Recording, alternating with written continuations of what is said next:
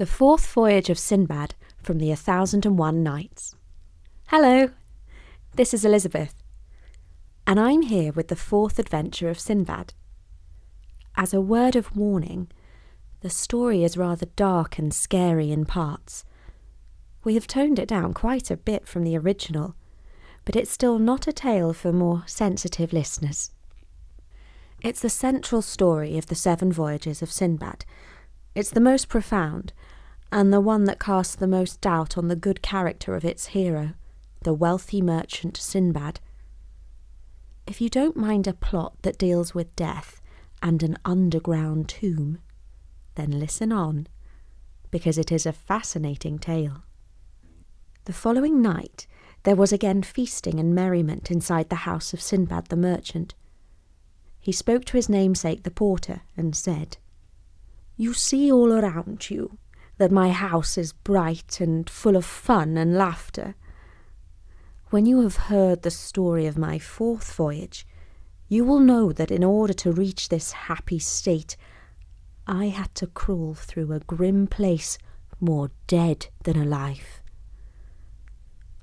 Once again, I journeyed down to the port of Basra and boarded a merchant ship. We sailed through the straits of Hormuz and beyond. As before, we sailed from place to place, doing brisk and profitable business. Then one day, the wind blew against us, and the captain cast out his anchors and brought the ship to a standstill, fearing lest she should founder in mid-ocean. Then we all fell to prayer and humbling ourselves before the Most High. But as we did, we were hit by a furious squall, which tore the sails to rags and tatters. The anchor cable snapped, and the ship rolled this way and that, until we were cast into the sea, goods and all. The waves washed some of us ashore, almost dead with weariness and lack of sleep, cold, hungry, thirsty, and fearful. And so we walked about the island until we came to the gate of a fine house. A number of men came out. They did not speak our language, but they bowed and greeted us in a way that was welcoming and not at all threatening. We believed that we had been fortunate. They led us through gardens and courtyards and into a great hall where they presented us to their king. He too proved to be most courteous and friendly and signalled to us to sit down at the table. Servants brought plates full of delicious fruits and bread and placed them before us. Our men began to eat, but they had forgotten their good manners. They could not help themselves, but they greedily grabbed more and more food with their hands and stuffed it into their mouths. They chomped and slathered like animals.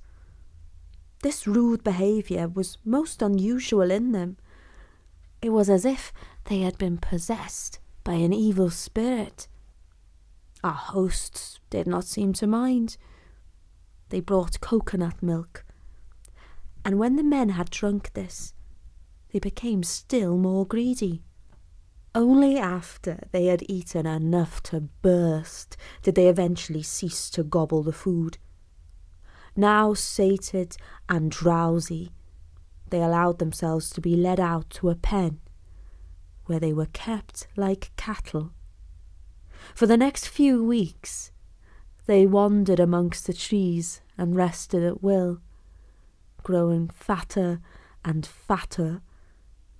But I, who had no interest in this animal behaviour, wasted away with lack of food and fear.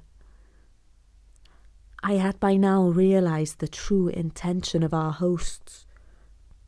We had fallen into the hands of cannibals. The men were being fattened up to be eaten. But one day, When the shepherds drove the men out into the fields to graze, an old shepherd saw that I was standing apart from them. I understood from the look in his eye that he would make no objection if I made my escape. In fact, he pointed me the way to go. I left and found a road which I followed for several days. I walked and lived on berries and herbs. Thanks to Almighty Allah for all his favours, I eventually saw the walls of a magnificent city. When I was close to the city, I fell in with some travellers who asked my name and where I was from. When they heard how I had escaped the cannibals' farm, they marvelled and said that my story proved the greatness of Allah. Fate had once again favoured me, for these people were well connected and promised to introduce me to their king. We entered the city, and I was impressed by the fine houses, the prosperous people, and the markets well stocked with food.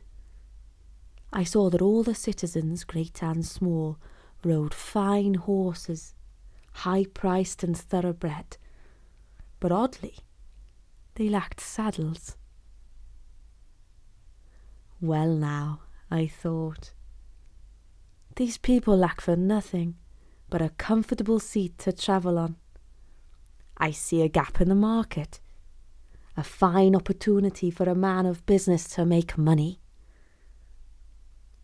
When I met the king, he received me kindly. I told him my story, and he listened with great interest and amazement. When I'd finished, he asked me my station in life in the city of Baghdad. "Sire, I am a merchant," I said. "When I am at home, I have a quiet life and have a great many friends. But let me say, I have an idea to remain in your fine city and set up a business. I have noticed how your citizens ride horses but make no use of saddles." "Saddles?"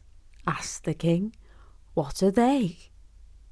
I described the leather seat and the equipment that we use to ride a horse in comfort, and His Majesty was most interested. Indeed, he asked if I could make one to show him. I answered that I would gladly do so. I sought out a clever carpenter to make the frame, and a tanner to produce a comfortable leather seat and fine reins, and a blacksmith to hammer out the stirrups and bit. Moreover, I made beautiful fringes of silk. I presented the work to the king and demonstrated how to make use of it to ride a horse. He was greatly impressed by the comfort of this arrangement, so much less bruising than riding bareback. He paid me a fine price for my equipment, and his officials and all the nobility in the land wished to imitate him. A great number of wealthy people ordered saddles and horse equipment from me, and I soon became quite wealthy. One day, the king called me to his office and said, "Your industry and business have improved the quality of life in our city. I have in mind to reward you with a beautiful and wealthy wife, so that you will wish to stay in our country and continue your work." So he summoned the Prime Minister and witnesses and married me straightway to a lady of a noble family, the flower of an ancient race of beauty and grace, and the owner of farms and estates and many houses. I said to myself, when I return to my native land, I will take her with me. But I should not have tempted fate, for no one knows what destiny has in store for them. From then on, my ease and prosperity, already great, continued to grow. Then, about a year after I was married, ill fortune struck my neighbour's house. My friend, who lived next door, lost his wife to illness. He was beside himself with grief. I said to him, "Do not mourn for your wife, who has now found the mercy of Allah. The Lord will surely give you a better one in her place, and your life shall be happy, prosperous and long, God willing." But the man could not be comforted. "You are a stranger here," he said. "You do not yet know all our ways. This very day they bury my wife. They will bury me with her in the same tomb. It is our custom that if a man dies first, his wife is buried with him. And if a wife dies first, her husband is buried with her." And then I understood why my neighbour could not be consoled. The women of the house dressed the wretched man's wife in her finest clothes, and decked her in her richest jewellery with gold and diamonds. Later that day, soldiers took husband and wife on their last journey to the tomb. They set aside a great stone, and first lowered her down into it. Then they placed a rope of palm fibres under the husband's armpits, and let him down into the cavern. With him, a great pitcher of fresh water and 7 pieces of bread. I asked the people who were gathered around, "And if the wife of a foreigner like myself were to die among you, would you do the same to him as you have done to this man?" And they replied that assuredly they would do just the same to me, for it was the custom of the place. I feared greatly when I heard those words, but I remained in my comfortable house with my agreeable wife. Then, a few months later, she sickened and took to her bed.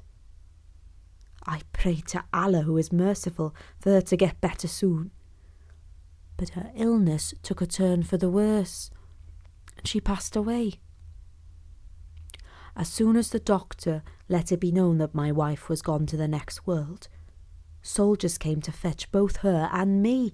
I cried out, "Almighty Allah never made it lawful to bury the living with the dead." They took no notice of my protests, but tied me up by force and let me down into the cavern, with a large jug of water and 7 loaves of bread, according to their custom. At the bottom of the dark pit, I said to myself, "What curse was upon me to take a wife in this city? There is no majesty and there is no might save in Allah, the glorious, the great. As often as I escape from one calamity, I fall into a worse." I looked around at the grim tomb and its grimmer contents. Even in this terrible place, the will to live was strong inside my heart. I resolved to eat and drink as little as possible to prolong my life, and so I lived in the darkness among the bodies, not knowing how many days and nights had passed. Groping in the dark, I found collars and necklaces of pearls and jewels and trinkets of gold and silver set with precious stones and other ornaments and valuables that were worn by the deceased. I gathered this fortune and piled it into my turban. But what use was this fortune to me here, below ground, in the tomb? But it was not my fate to die there, for eventually I heard a rustling and a scurrying. I realised that some animal, perhaps a fox or a dog, had found its way down into this grim place, and if it could get in, it must surely be able to get out. I followed its sound, crawling and wriggling on my belly like a worm. I made my way through a tunnel until eventually I saw a chink of light.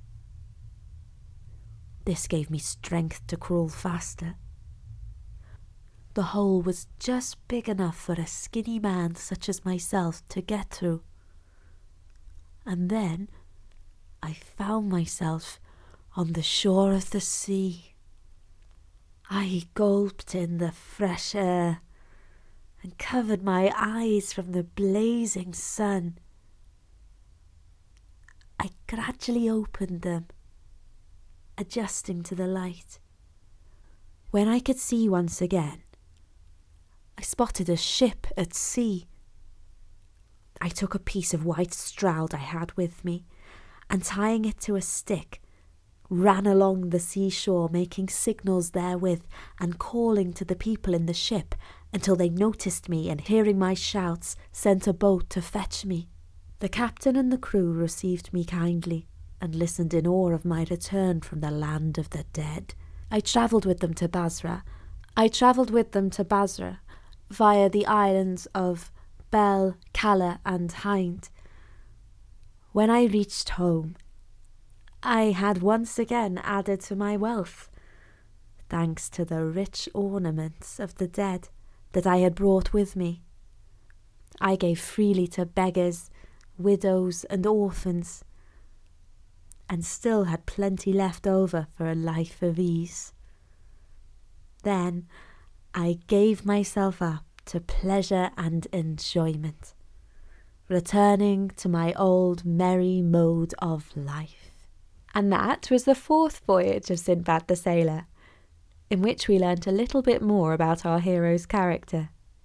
For more stories from all over the world, do drop by soon at storynori.com. But for now, from me, Elizabeth, bye!